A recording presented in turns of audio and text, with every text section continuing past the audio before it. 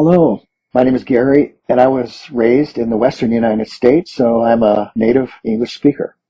I hope that you will enjoy this YouTube channel. Thank you for joining us.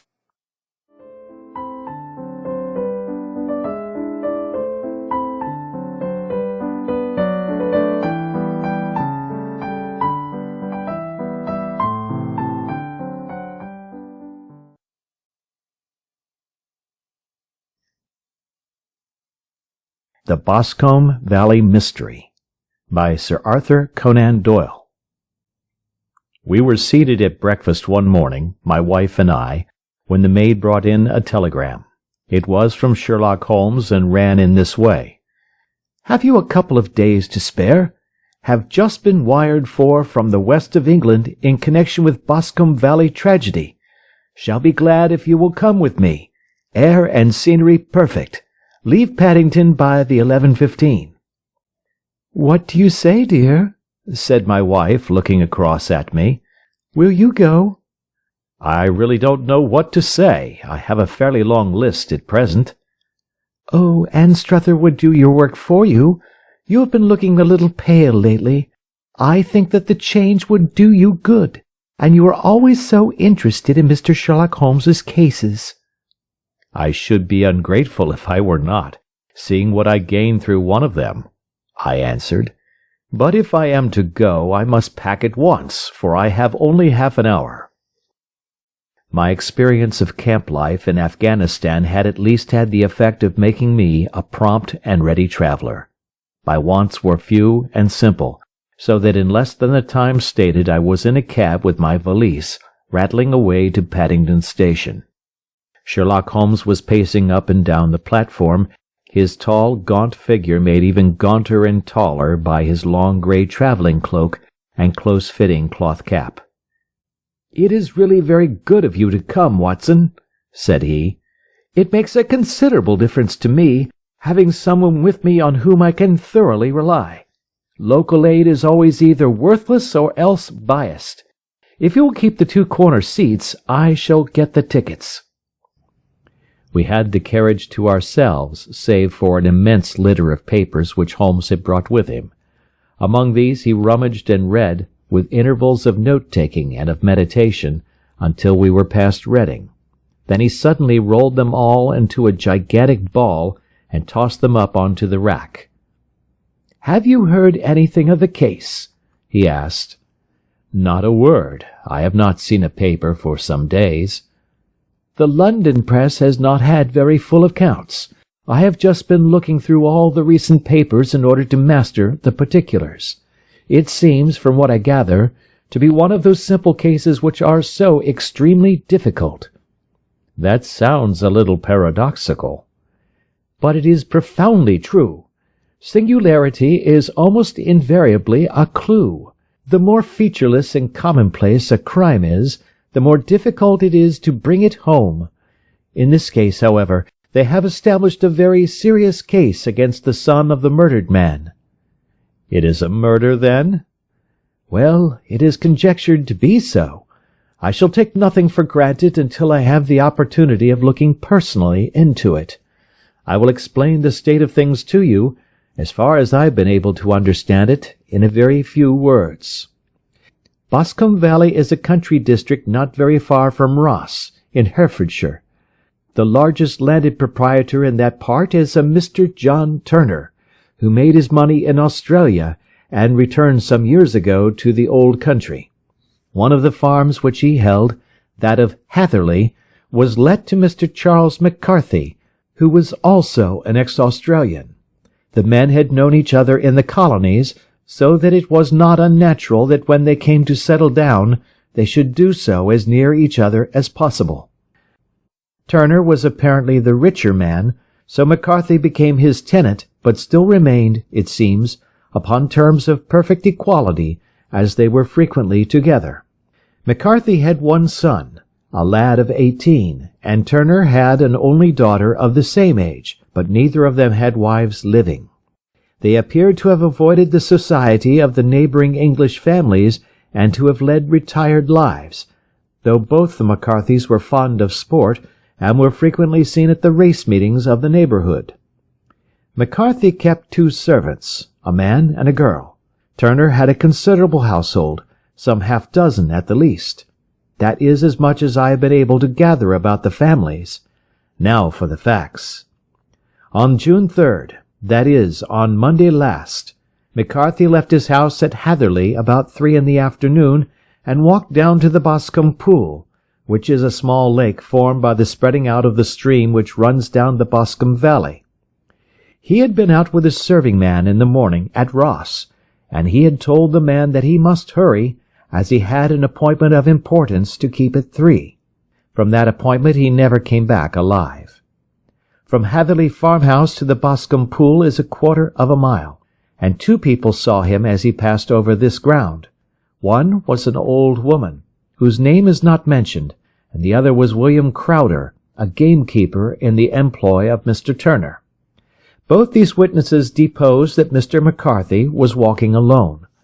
The gamekeeper adds that within a few minutes of his seeing McCarthy pass, he had seen his son, Mr. James McCarthy, going the same way with a gun under his arm.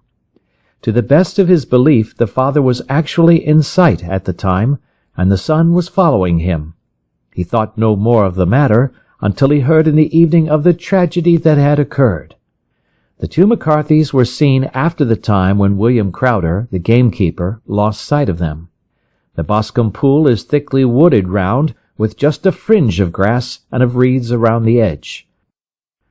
A girl of 14, Patience Moran, who is the daughter of the lodge-keeper of the Boscombe Valley estate, was in one of the woods picking flowers. She states that while she was there she saw, at the border of the wood and close by the lake, Mr. McCarthy and his son, and that they appeared to be having a violent quarrel. She heard Mr. McCarthy the elder using very strong language to his son, and she saw the latter raise up his hand as if to strike his father. She was so frightened by their violence that she ran away and told her mother, when she reached home, that she had left the 2 McCarthys quarrelling near Boscombe Pool, and that she was afraid that they were going to fight. She had hardly said the words when young Mr. McCarthy came running up to the lodge to say that he had found his father dead in the wood, and to ask for the help of the lodge-keeper. He was much excited, without either his gun or his hat, and his right hand and sleeve were observed to be stained with fresh blood. On following him, they found the dead body stretched out upon the grass beside the pool. The head had been beaten in by repeated blows of some heavy and blunt weapon. The injuries were such as might very well have been inflicted by the butt end of his son's gun, which was found lying on the grass within a few paces of the body. Under these circumstances the young man was instantly arrested, and a verdict of wilful murder having been returned at the inquest on Tuesday, he was on Wednesday brought before the magistrates at Ross, who have referred the case to the next assizes. Those are the main facts of the case, as they came out before the coroner and the police court. "I could hardly imagine a more damning case," I remarked. "If ever circumstantial evidence pointed to a criminal, it does so here." "Circumstantial evidence is a very tricky thing," answered Holmes thoughtfully. "It may seem to point very straight to one thing, but if you shift your own point of view a little, you will find it pointing in an equally uncompromising manner to something entirely different. It must be confessed, however, that the case looks exceedingly grave against the young man, and it is very possible that he is indeed the culprit. There are several people in the neighborhood, however, and among them Miss Turner, the daughter of the neighboring landowner, who believe in his innocence, and who have retained Lestrade, whom you may recollect in connection with the study in scarlet, to work out the case in his interest.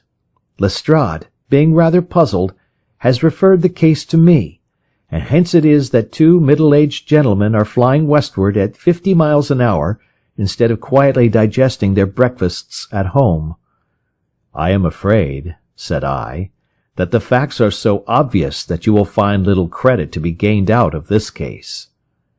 "There is nothing more deceptive than an obvious fact," he answered, laughing.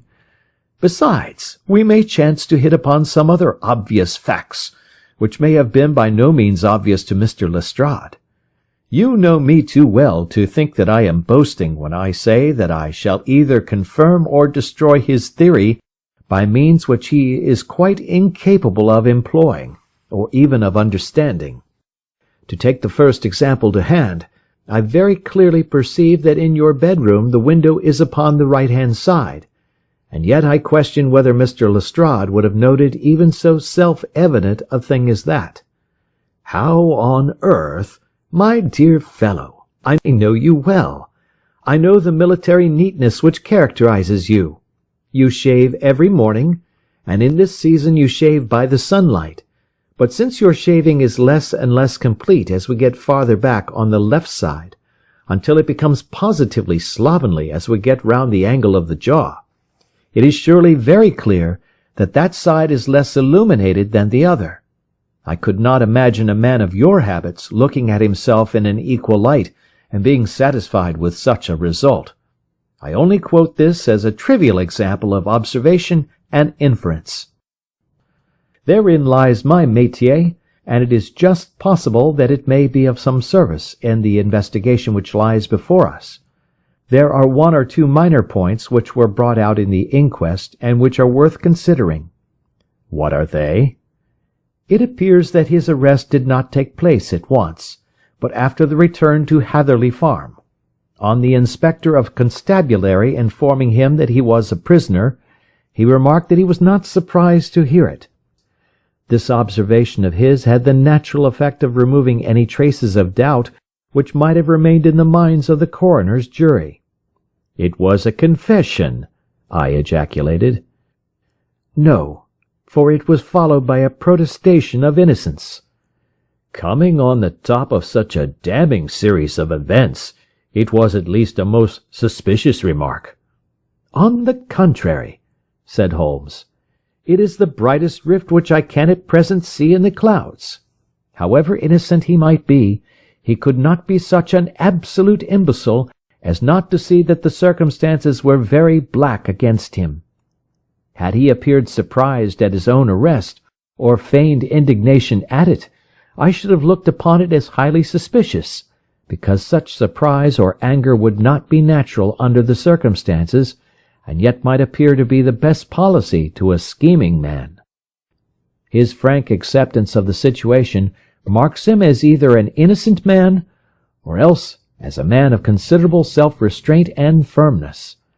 As to his remark about his deserts, it was also not unnatural if you consider that he stood beside the dead body of his father, and that there is no doubt that he had that very day so far forgotten his filial duty as to bandy words with him, and even, according to the little girl whose evidence is so important, to raise his hand as if to strike him. The self-reproach and contrition which are displayed in his remark appear to me to be the signs of a healthy mind rather than of a guilty one." I shook my head. "Many men have been hanged on far slighter evidence," I remarked. "So they have, and many men have been wrongfully hanged." "What is the young man's own account of the matter?" "It is, I'm afraid, not very encouraging to his supporters, though there are one or two points in it which are suggestive. You will find it here, and may read it for yourself." He picked out from his bundle a copy of the local Herefordshire paper, and having turned down the sheet, he pointed out the paragraph in which the unfortunate young man had given his own statement of what had occurred. I settled myself down in the corner of the carriage and read it very carefully. It ran in this way: "Mr. James McCarthy, the only son of the deceased, was then called and gave evidence as follows. I had been away from home for 3 days at Bristol, and had only just returned upon the morning of last Monday, the 3rd. My father was absent from home at the time of my arrival, and I was informed by the maid that he had driven over to Ross with John Cobb, the groom. Shortly after my return, I heard the wheels of his trap in the yard, and looking out of my window, I saw him get out and walk rapidly out of the yard, though I was not aware in which direction he was going. I then took my gun and strolled out in the direction of the Boscombe pool, with the intention of visiting the rabbit warren which is upon the other side. On my way I saw William Crowder, the gamekeeper, as he had stated in his evidence, but he is mistaken in thinking that I was following my father. I had no idea that he was in front of me. When about 100 yards from the pool I heard a cry of "Coo-ee!" which was a usual signal between my father and myself. I then hurried forward and found him standing by the pool. He appeared to be much surprised at seeing me, and asked me rather roughly what I was doing there. A conversation ensued which led to high words and almost to blows, for my father was a man of a very violent temper. Seeing that his passion was becoming ungovernable, I left him and returned towards Hatherley Farm. I had not gone more than 150 yards, however, when I heard a hideous outcry behind me, which caused me to run back again. I found my father expiring upon the ground, with his head terribly injured. I dropped my gun and held him in my arms, but he almost instantly expired. I knelt beside him for some minutes, and then made my way to Mr. Turner's lodge-keeper, his house being the nearest, to ask for assistance. I saw no one near my father when I returned, and I have no idea how he came by his injuries. He was not a popular man, being somewhat cold and forbidding in his manners, but he had, as far as I know, no active enemies. I know nothing further of the matter. The Coroner: Did your father make any statement to you before he died? Witness: He mumbled a few words, but I could only catch some allusion to a rat. The Coroner: What did you understand by that? Witness: It conveyed no meaning to me. I thought that he was delirious. The Coroner: What was the point upon which you and your father had this final quarrel? Witness: I should prefer not to answer. The Coroner: I am afraid that I must press it. Witness: It is really impossible for me to tell you. I can assure you that it has nothing to do with the sad tragedy which followed. The Coroner: That is for the court to decide. I need not point out to you that your refusal to answer will prejudice your case considerably in any future proceedings which may arise. Witness: I must still refuse. The Coroner: I understand that the cry of "Coo-ee!" was a common signal between you and your father? Witness: It was. The Coroner: How was it, then, that he uttered it before he saw you, and before he even knew that you had returned from Bristol? Witness, with considerable confusion: I do not know. A juryman: Did you see nothing which aroused your suspicions when you returned on hearing the cry, and found your father fatally injured? Witness: Nothing definite. The Coroner: What do you mean?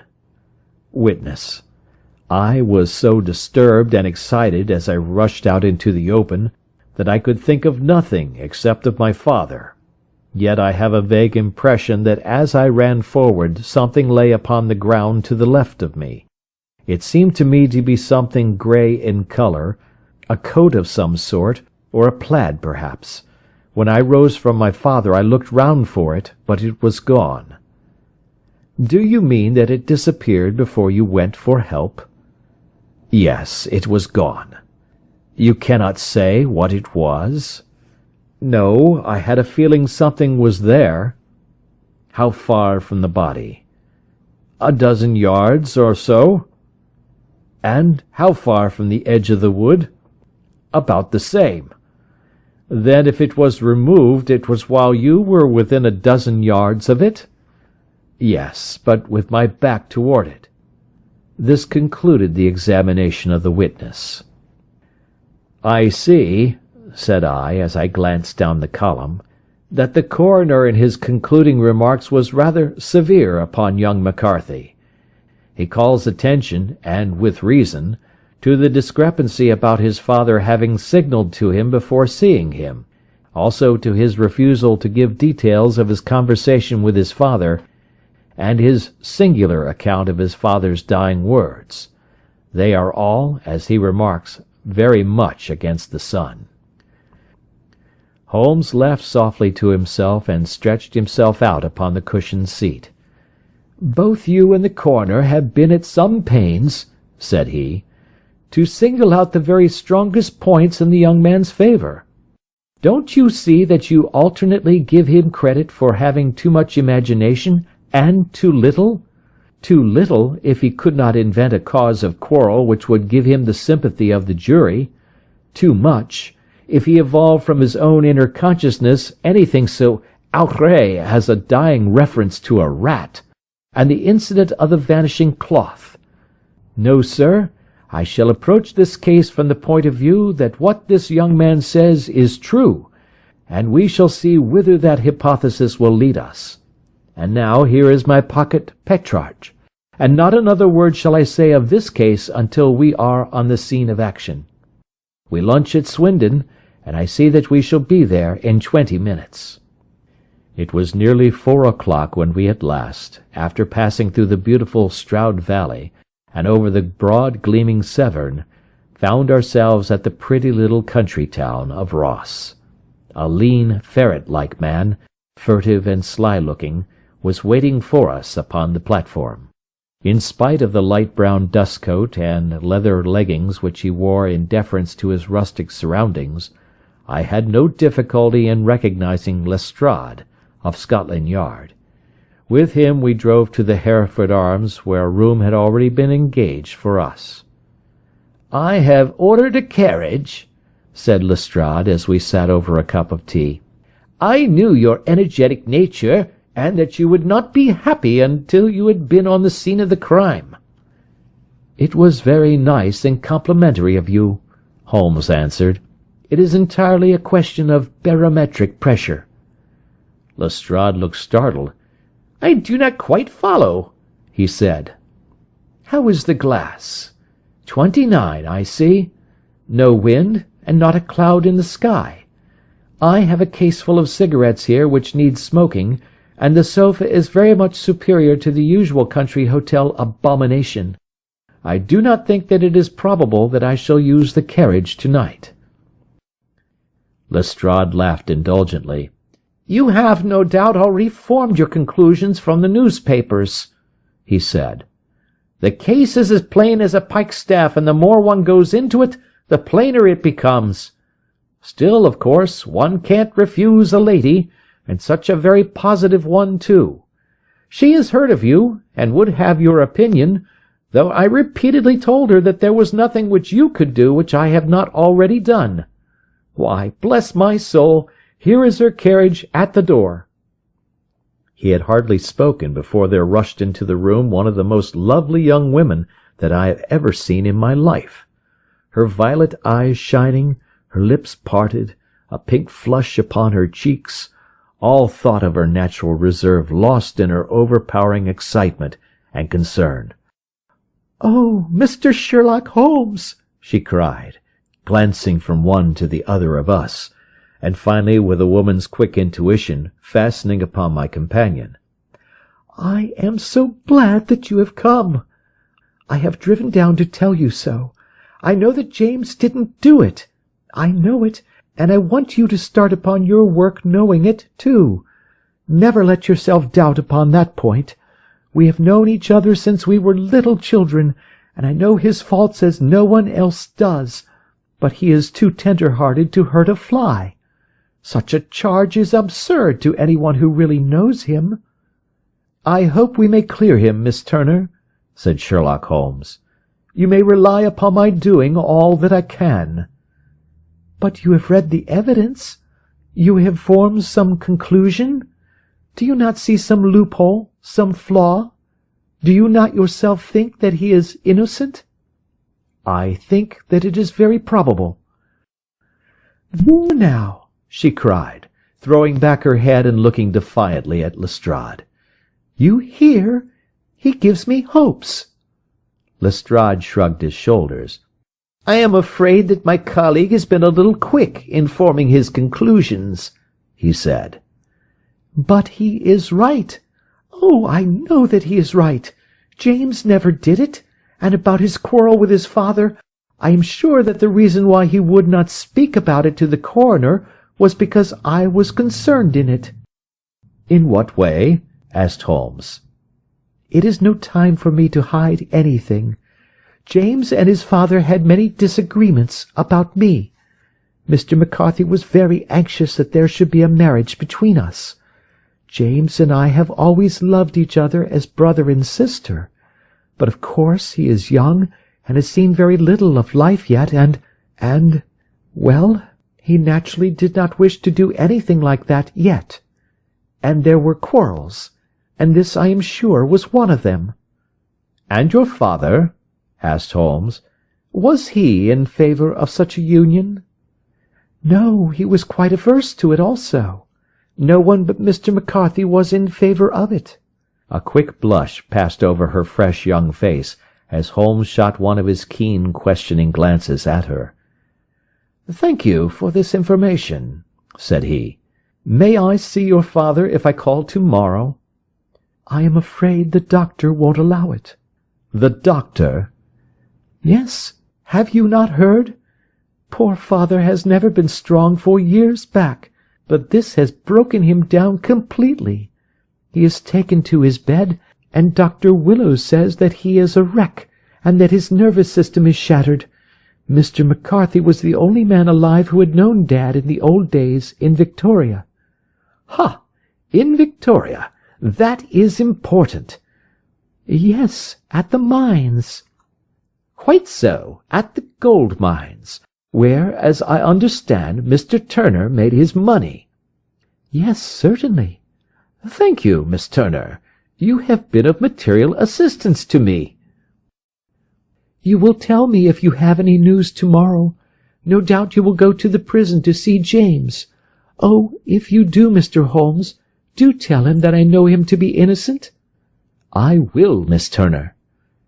"I must go home now, for Dad is very ill, and he misses me so if I leave him. Good-bye, and God help you in your undertaking."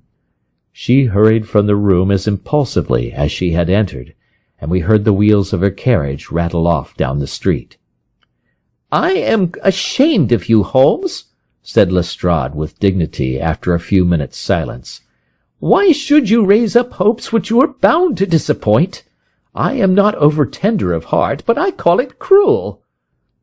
"I think that I see my way to clearing James McCarthy," said Holmes. "Have you an order to see him in prison?" "Yes, but only for you and me."